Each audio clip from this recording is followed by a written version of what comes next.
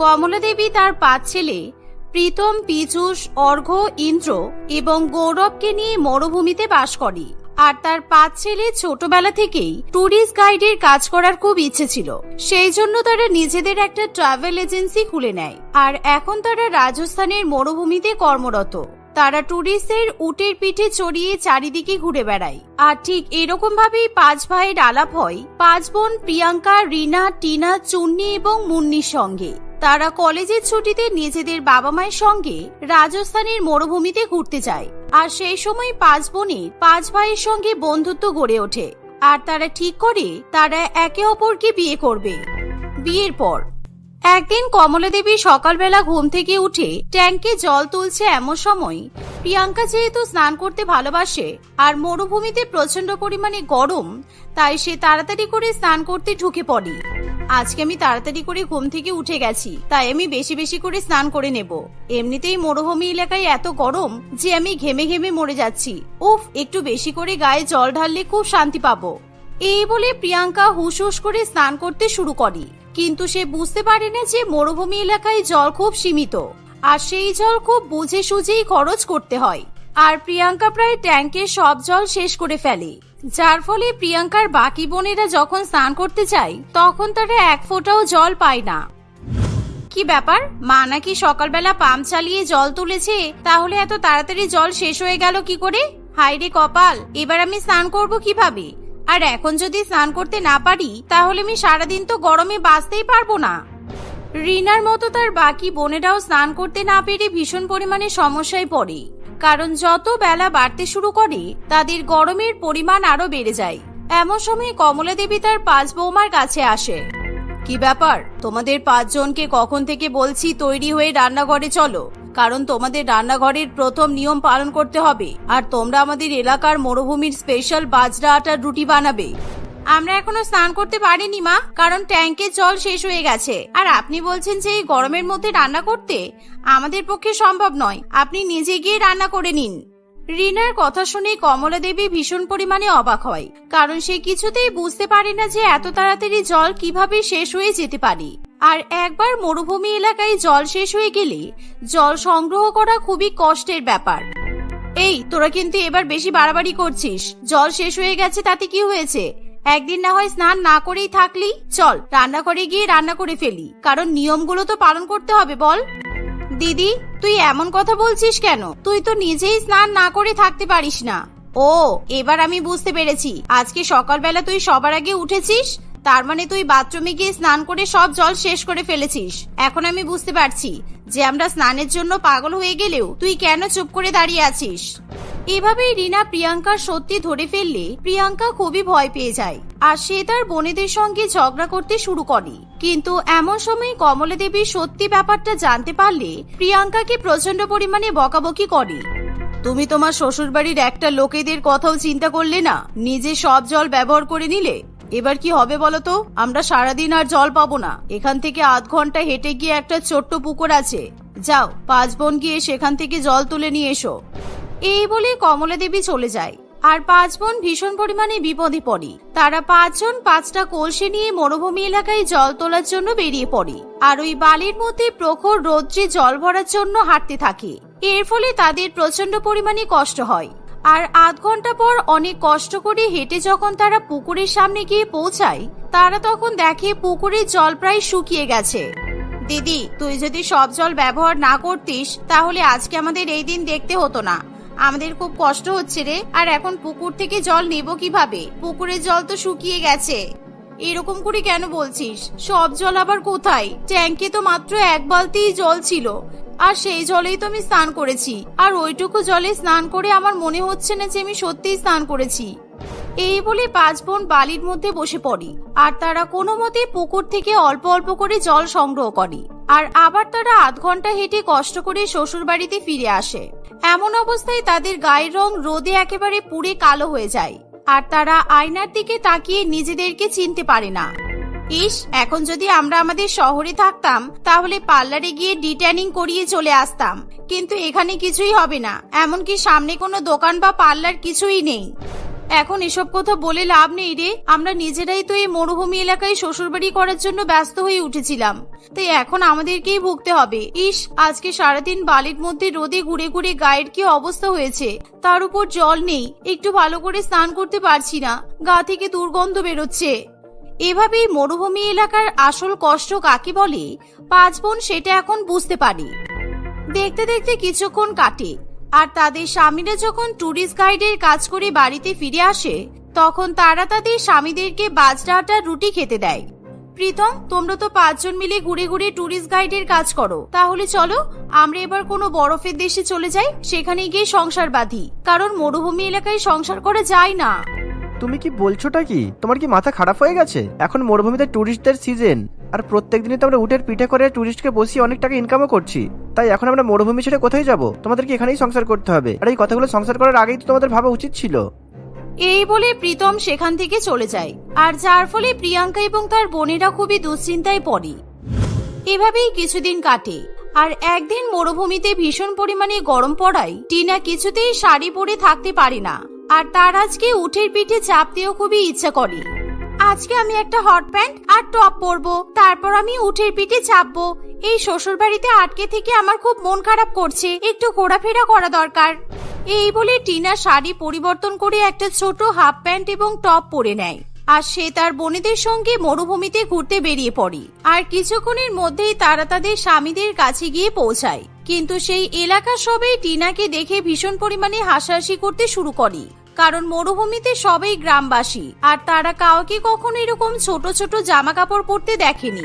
টিনা, তোমার কি লজ্জা শরম কিছু নেই? তুমি এরকম জামা কাপড় পরে বাইরে বেরোলো কি করে? আর তোমাকে দেখে আমাদের গ্রামের সবাই তো হাসাহাসি করছে। আমাদের গ্রাম ভীষণ ছোট। টিনা, আমাদের লজ্জায় মাথা কাটা যাচ্ছে, তুমি প্লিজ এরকম জামা কাপড় পরো না। এতে লজ্জার কি আছে গো? আমি শহরে এসব জামা কাপড়ই পরতাম, আর আমাকে দেখতে যদি খারাপ লাগতো তাহলে আমার বোনেরাই আমাকে বলতো, তুমি আমাকে বলার কে? এখন আমরা 5 বোন মিলে উটের পিঠে চড়বো। এই বলে টিনা তার স্বামীকে চুপ করিয়ে দেয়, আর কিছুক্ষণের মধ্যেই তারা 5 বোন উটের পিঠে চেপে বসে, কিন্তু তারা কিভাবে উটের পিঠে চাপতে হয় সেটা জানে না। তাই কিছুক্ষণের মধ্যেই উট 5 বোনকে বালির মধ্যে ফেলে দেয়, আর যার ফলে 5 বোনের কোমরে ভীষণ পরিমাণে আঘাত লাগে। ওরে বাবা গো, মরে গেলাম। উফ, কি কষ্ট হচ্ছে, এই বালিটা কি গরম। কোন দুঃখে যে টিনার কথা শুনে উটের পিঠে চড়তে গেলাম কে জানে। এভাবেই উটের পিঠ থেকে পড়ে গিয়ে 5 বোন ভীষণ পরিমাণে কান্নাকাটি করে, কিন্তু টিনা সবচেয়ে বেশি পরিমাণে কষ্ট পায়, কারণ সে এমনিতেই হট প্যান্ট এবং টপ পরে থাকে, আর মরুভূমির বালি তেতে একেবারে গরম হওয়ায় তার গায়ে ছ্যাঁকা লাগে। ওরে বাবারে, মরে গেলাম, তাড়াতাড়ি বাড়ি চল, আমার আর ভালো লাগছে না, খুব কষ্ট হচ্ছে আমার। এভাবেই কাঁদতে কাঁদতে 5 বোন বাড়িতে ফিরে আসে। দেখতে দেখতে আরো কিছুদিন কাটে, কিন্তু তাদের কষ্টের পরিমাণ আরো যেন বাড়তে শুরু করে, কারণ মরুভূমি এলাকার জীবনের সঙ্গে তারা কিছুতেই নিজেদেরকে মানিয়ে নিতে পারে না। তারা যখন বাইরে বেরোয় কখনো তাদের গায়ে ক্যাকটাস গাছের খোঁচা লাগে, আর সেই খোঁচাতে রক্ত বেরিয়ে যায়, আবার কখনো তাদের বালির গরমে পা পুড়ে যায়, আর সেই জন্য তাদেরকে সারাদিন বালির ঘরে অর্থাৎ শ্বশুর বাড়িতে বসবাস করতে হয়। এই আজকে সন্ধ্যাবেলা পাশের গ্রামে একটা বিয়ে বাড়ি আছে, আর এখন শাশুড়ি মা নেই, সুতরাং আমাদের যেতে কোনো অসুবিধা নেই, কারণ শাশুড়ি মা থাকলে আমাদের বিয়ে বাড়িতে যেতে হতো না, কারণ আমরা মরুভূমি এলাকায় কাউকেই তো চিনি না। হ্যাঁ দিদি, ঠিক বলেছিস, তাহলে চল আজকে সন্ধ্যাবেলা গিয়ে আমরা বিয়ে বাড়ি থেকে আনন্দ করে আসি। নিশ্চয়ই ওখানে গেলে ভালো ভালো খাবার খেতে পাবো, কারণ এই মরুভূমিতে সারাদিন বাজরা রুটি খেতে আমার জিভ একেবারে শুকিয়ে গেছে। আর আজকে একটু ভালো করে সাজতেও পারবো, কারণ সন্ধ্যাবেলা বালিতে সেরকম একটা গরম লাগবে না, বল। এই বলে 5 বোন সন্ধ্যা হতে না হতেই বিয়ে বাড়ি যাওয়ার উদ্দেশ্যে তৈরি হয়ে নেয়, আর তারা বালির মধ্যে হাঁটতে হাঁটতে পাশের গ্রামের বিয়ে বাড়িতে গিয়ে পৌঁছায়। সেখানে গিয়ে 5 বোন অনেক নাচ গান করতে শুরু করে, আর ভালো মন্দ খেতে শুরু করে। আর বিয়ে বাড়িতে যেহেতু অনেক রকমের খাবার রান্না হয়, তাই তারা খিদের জ্বালায় পাগলের মতো খাবার খায়, আর তারা বেশি বেশি করে জলও খেয়ে নেয়। এই মরুভূমিতে যদি প্রত্যেকদিন একটা করে বিয়ের নিমন্ত্রণ পেতাম তাহলে আমাদের আর কোনো কষ্ট থাকতো না। দেখ, বিয়ে বাড়িতে কত জলের ব্যবস্থা করেছে, আমাদের বিয়ের পর থেকে এই প্রথমবার আমরা এত জল একসঙ্গে খেলাম। এই বলে সবাই মিলে যখন আনন্দ করছে তখনই হঠাৎ করে আকাশ মেঘলা করে আসে, আর সবাই প্রচন্ড পরিমাণে ভয় পেয়ে যায়, কারণ মরুভূমি এলাকায় সবার আসল ভয় হলো বালির ঝড়। আর আবহাওয়ার পরিস্থিতি বুঝে বিয়ে বাড়ি থেকে সব আত্মীয় স্বজন যে যার বাড়িতে ফিরতে শুরু করে। কিন্তু যেহেতু 5 বোনের শ্বশুর বাড়ি অনেকটাই দূরে, তাই তারা প্রচন্ড পরিমাণে ভয় পেয়ে যায়। তারা কোনো মতে বালির রাস্তা দিয়ে বাড়ির দিকে হাঁটতে শুরু করে। আর হঠাৎ করে রাস্তার মাঝখানে বিশাল ভয়াবহ বালির ঝড় ওঠে। ওরে বাবারে, এবার কি হবে? কি ঝড় উঠেছে আর চারিদিকে ভীষণ বালি উঠছে। আমার চোখে মুখে বালি ঢুকে গেছে, আমি কিছুই দেখতে পাচ্ছি না। কেউ আমাদেরকে বাঁচাও প্লিজ, কেউ আমাদের বাঁচাও। মনে হচ্ছে আমরা এক্ষুনি বালি চাপা পড়ে মারা যাব। এভাবেই 5 বোন প্রচন্ড পরিমাণে কান্নাকাটি করতে থাকে। আর বালির ঝড়ের পরিমাণ যেহেতু আরো বেশি বাড়তে শুরু করে, তাই তারা সেখানে কিছুতেই দাঁড়িয়ে থাকতে পারে না। তাদের গায়ের উপর বালি জমতে শুরু করে। আর 5 বোনের প্রচন্ড পরিমাণে শ্বাসকষ্ট হয়। ভয়ের চোটে তারা 5 বোন একেবারে অজ্ঞান হয়ে মাটিতে লুটিয়ে পড়ে। আর যার ফলে ইতিমধ্যে 5 বোন একেবারে বালির তলায় চলে যায়। আর অন্যদিকে তাদের পরিবার 5 বৌমাকে খুঁজতে শুরু করে। ভাই, আমাদের 5 বউয়ের কি হলো বলতো? কালকে রাত্রে থেকে ওদেরকে খুঁজছি, কিন্তু ওদেরকে তো কোথাও পাচ্ছি না। আর কালকে রাত্রেবেলা তো বালির ঝড়ও উঠেছিল, আমাদের 5 বউয়ের কোনো ক্ষতি হলো না তো? তুই চিন্তা করিস না দাদা, চল পাশের গ্রামে গিয়ে একবার দেখি, কেননা ওখানে বিয়ে বাড়ি ছিল। আর তুই আমাদের 5 বউকে তো ভালো করেই চিনিস, ওটা বিয়ে বাড়ি গিয়ে খাওয়া দাওয়া করতে ভীষণ পরিমাণে ভালোবাসে, তাই ওখানে গিয়ে খোঁজ নিয়ে আসি। এই বলে তারা 5 ভাই যখন বিয়ে বাড়ির দিকে যায়, তখন তারা তাদের স্ত্রীদেরকে অজ্ঞান অবস্থায় বালির নিচে পড়ে থাকতে দেখে। যার ফলে তখনই তারা তাদের স্ত্রীদেরকে উদ্ধার করে পার্শ্ববর্তী চিকিৎসা কেন্দ্রে নিয়ে চলে যায়। আর ডাক্তারবাবু কোনো মতে তাদেরকে চিকিৎসা করে সুস্থ করে তোলে। কিন্তু তখনও পর্যন্ত তাদের নাকে মুখে বালি আটকে থাকে। ভাগ্যিস আমরা বেঁচে গেছি, কিন্তু আমরা সত্যি বলছি, আমরা এই মরুভূমিতে আর সংসার করতে পারবো না। ভেবেছিলাম এখানে আমরা আমাদেরকে মানিয়ে নেব, কিন্তু আমাদের খুব কষ্ট হচ্ছে। তাই তোমরা যদি এই এলাকা না ছাড়ো, তাহলে আমরা বাড়ি চলে যাব। এভাবেই 5 বোনের কথা শুনে তাদের শ্বশুরবাড়ির পরিবারের কিছু করার থাকে না। ফলে 5 বউ মরুভূমি ছেড়ে নিজেদের শহরে গিয়ে বসবাস করতে শুরু করে। আর মরুভূমি এলাকায় যখন টুরিস্টের চাপ কম থাকে, তখন তাদের স্বামীরাও প্রিয়াঙ্কাদের শহরে চলে যায় আর একসঙ্গে বসবাস করে। তিলোত্তমা একজন সুন্দরী শিক্ষিতা 25 বছর বয়সী চাকরিরতা মহিলা। সে নিজে এতদিন চাকরি করে অনেক টাকা রোজগার করেছে। আর সে এমনিতেও অবস্থাপন্ন ঘরের মেয়ে ছিল। আর কিছুদিনের মধ্যেই তিলোত্তমার সঙ্গে রাহুলের বিয়ে ঠিক হয়। রাহুলের পারিবারিক ব্যবসা আছে, আর রাহুলও অনেক বড় লোক। ব্যবসা সংক্রান্ত মিটিং এ গিয়ে রাহুলের সঙ্গে তিলোত্তমার দেখা হয়। আর তারা দুজনেই একে অপরকে পছন্দ করে বিয়ে করবে বলে ঠিক করে। কিন্তু রাহুলের বাবা কমল বাবু এবং মা রত্না দেবী মোটেই বিষয়টা পছন্দ করতে পারে না, কারণ তারা মেয়েদের চাকরি বাকরি করা একদমই পছন্দ করে না। আর এমন মেয়েকে ঘরের বউ বানিয়ে নিয়ে আসতে তাদের মনে বাধে। কিন্তু রাহুল তার বাবা মায়ের কোনো কথা শুনতে চায় না। সে তিলোত্তমাকেই বিয়ে করে। বিয়ের পর গৃহপ্রবেশের দিন, রাহুল, তোর বউ যতই বড়লোক হোক না কেন, আমার কিন্তু এরকম চাকরিরতা মেয়ে একদমই ভালো লাগে না। তাই আমার ওর ভালো করে গৃহপ্রবেশ করার কোনো ইচ্ছা নেই। তুই কেন যে এরকম চাকরি করা মেয়েকে বিয়ে করে বউ বানিয়ে নিয়ে এসেছিস আমি জানি না। সারা দিন চাকরি বাকরি করে রাস্তায় রাস্তায় ঘুরে বেড়াবে, আর আমাকে সংসারের কাজ করতে হবে। সুতরাং আমি ওই মেয়ের গৃহপ্রবেশ করাতে পারবো না। মা, তুমি বিয়ের পরের দিনই কেন বৌমাকে এরকম ভাবে খারাপ খারাপ কথা শোনাচ্ছ? আর তোমাকে ওর গৃহপ্রবেশ করতে হবে না। ওর এই গৃহতে প্রবেশ করার কোনো দরকার নেই, কারণ আমি ওর জন্য একটা ভালো সারপ্রাইজ প্ল্যান করেছি, আর তোমাদেরকে জানানোর জন্য এই বাড়িতে এসেছি। রাহুলের এমন কথা শুনে সকলে ভীষণ পরিমাণে অবাক হয়। তারা ভাবতে পারে না রাহুল তার নতুন বউয়ের জন্য সারপ্রাইজ প্ল্যান করতে পারে। আর তখনই রাহুল তার বাবা মা, নতুন বউ এবং বিধবা কাকিমা নলিনী দেবীকে নিয়ে গাড়ি করে বেরিয়ে পড়ে। তিলোত্তমা বারবার রাহুলকে জিজ্ঞাসা করলেও রাহুল কোনো উত্তর দিতে চায় না। তুমি গাড়ি করে আমাদের সবাইকে কোথায় নিয়ে যাচ্ছ? আজকে আমার গৃহপ্রবেশের অনুষ্ঠান, আর আমি আমার সব অফিসের কলিগদের আসতে বলেছিলাম, কিন্তু তোমার জন্য আমাকে ফোন করে ক্যান্সেল করতে হলো। তুমি কি চাও না যে আমার ভালো করে গৃহপ্রবেশ হোক? আমি জানি তোমার মা হয়তো আমাকে মেনে নিতে পারছেন না, কিন্তু আমি ঠিক মানিয়ে নেব।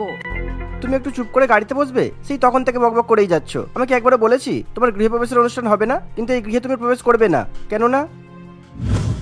এই বলে রাহুল একটা বিশাল অট্টালিকার সামনে গাড়ি দাঁড় করায়। আর এত বড় বাড়ি দেখে সকলে একেবারে আকাশ থেকে পড়ে। রাহুল নিজের টাকা দিয়ে নতুন বউয়ের জন্য এত বড় একটা বাড়ি তৈরি করে, আর সেই বাড়ির চাবি সে তার বউয়ের হাতে তুলে দেয়। আর এটাই ছিল তার বউয়ের বিয়ের উপহার। এমন দৃশ্য দেখে রত্না দেবী এবং কমল বাবু একেবারে জ্বলে পুড়ে ছারখার হয়ে যায়।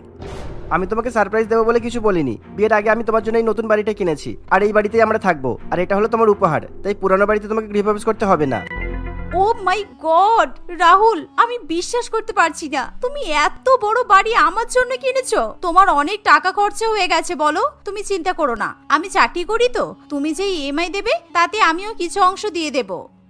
বেশি কথা একদম বলো না। আমি কি বলেছি যে আমি ইএমআই তে বাড়ি কিনেছি? এটা আমি ক্যাশে কিনেছি। আচ্ছা ঠিক আছে, কিন্তু আমি আমার নতুন বাড়িতে গৃহপ্রবেশের অনুষ্ঠান অনেক ধুমধাম করে করব, আর অনেক অনেক অতিথিদের নিমন্ত্রণ করব। সবাই এসে আমার গৃহপ্রবেশের অনুষ্ঠানে আনন্দ করবে, একেবারে গ্র্যান্ড সেলিব্রেশন হবে, ওকে? নতুন বৌমার এমন কথা শুনি নলিনী দেবী ভীষণ পরিমাণে খুশি হয়, কারণ সে বরাবরই এরকম চাকরি করা মেয়েদের পছন্দ করে। কিন্তু রত্না দেবী মোটেই তা সহ্য করতে পারে না। বাড়াবাড়ি দেখলে আমার গা একেবারে জ্বলে যাচ্ছে। রাহুল, রাহুল, তুই এত টাকা খরচা করে এই মেয়েটার জন্য বাড়ি কিনতে গেছিস? আমাদের পুরনো বাড়ি কি ছোট পড়ছিল? তোদের যদি আমাদের সঙ্গে থাকতে ভালো না লাগে তাহলে আমাদেরকে বলতে পারতিস, আমরা রাস্তায় গিয়ে বসে পড়তাম। না মা, সেরকম নয়। আমি কি একবারও বলেছি এই বাড়িতে আমরা একা থাকবো? আমরা সবাই মিলে এই বাড়িতে থাকবো। আর প্লিজ আমাদের গৃহপ্রবেশের অনুষ্ঠানটা নষ্ট করে দিও না। মা, আপনি রাগ করবেন না। আপনার আশীর্বাদ নিয়ে এই বাড়িতে গৃহপ্রবেশের অনুষ্ঠান হবে, তারপরেই আমি গৃহপ্রবেশ করব। এখন চলুন আমরা পুরানো বাড়িতেই ফিরে যাই, কারণ আমাদেরকে অনেক প্ল্যানিং করতে হবে। আমরা সবাই মিলে আমার গৃহপ্রবেশের অনুষ্ঠানটাকে একেবারে সাকসেসফুল করব।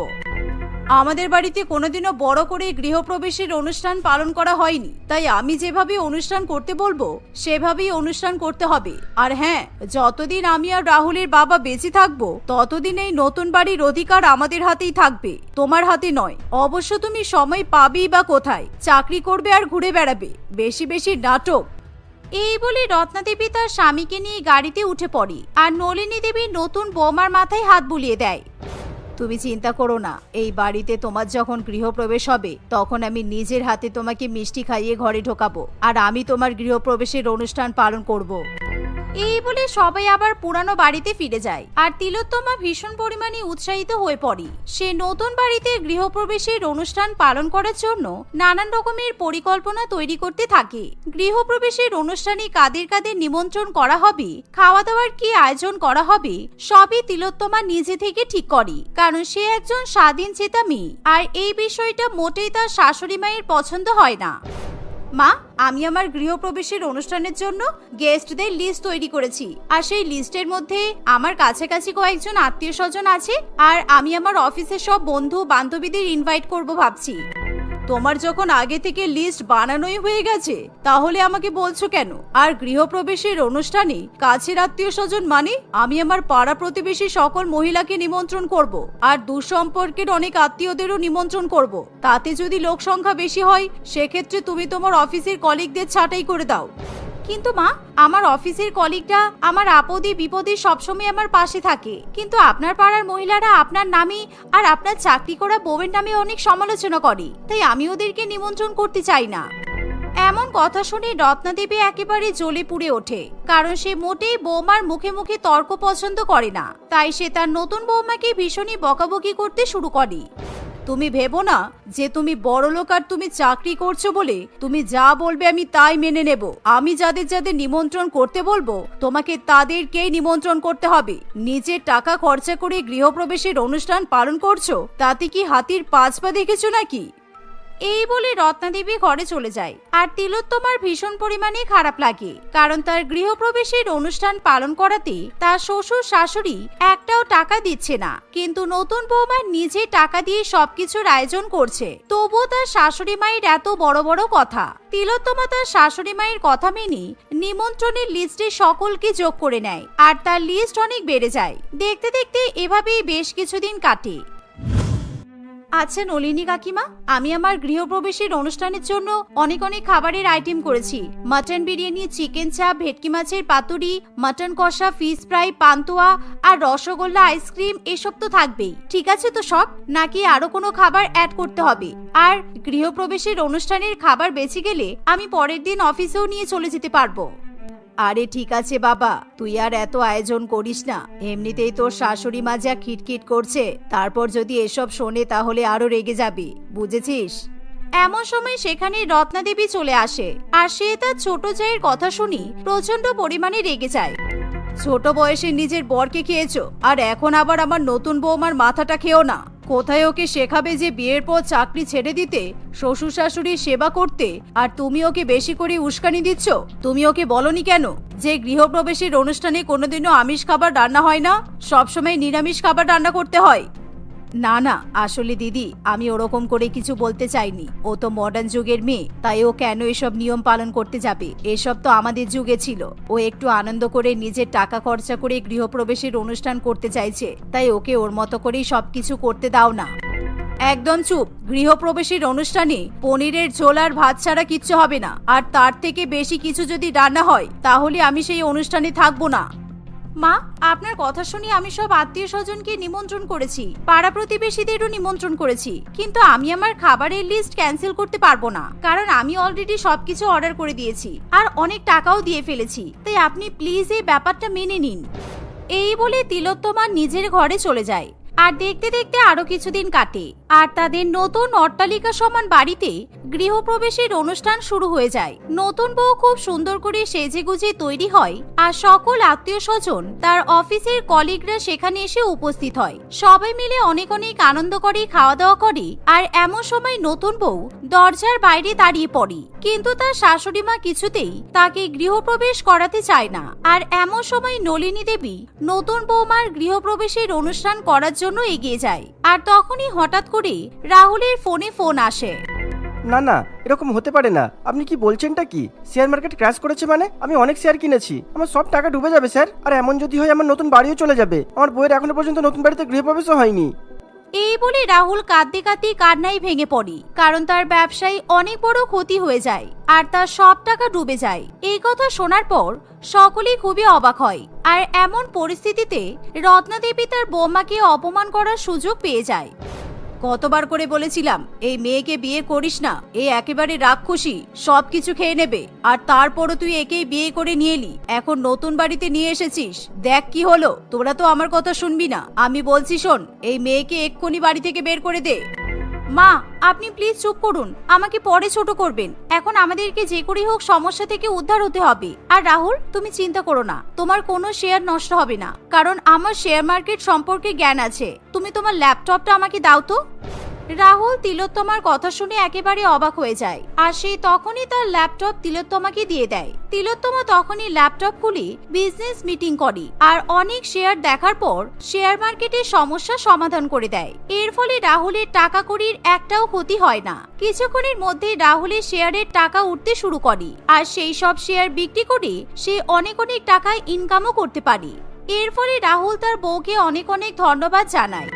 সত্যি থ্যাংক ইউ, আজকে শুধুমাত্র তোমার জ্ঞানের জন্য আমি বেঁচে গেলাম। মা, তুমি এখনো তোমার বউয়ের সাথে খারাপ ব্যবহার করবে? আর প্লিজ ওর সাথে খারাপ ব্যবহার করো না, আর ওর গৃহপ্রবেশের অনুষ্ঠানটা সম্পূর্ণ করো। রাহুলের কথা শুনে তার মা ভীষণ পরিমাণে লজ্জিত হয়ে পড়ে, আর সে মনে মনে ভাবে সত্যি আজকে তার নতুন বৌমার জন্য তার পরিবার বেঁচে গেছে। ফলে সে কোন মুখে ক্ষমা চাইবে কিছুই বুঝে উঠতে পারে না। তাই নলিনী দেবীর পরে সে নিজে তার নতুন বৌমার গৃহপ্রবেশের অনুষ্ঠান পালন করে। বৌমা, তুমি চাকরি করো বলে আমি তোমাকে অনেক কথা শুনিয়েছি, কিন্তু আজকে একমাত্র তোমার জন্যই আমার পরিবার বেঁচে গেল।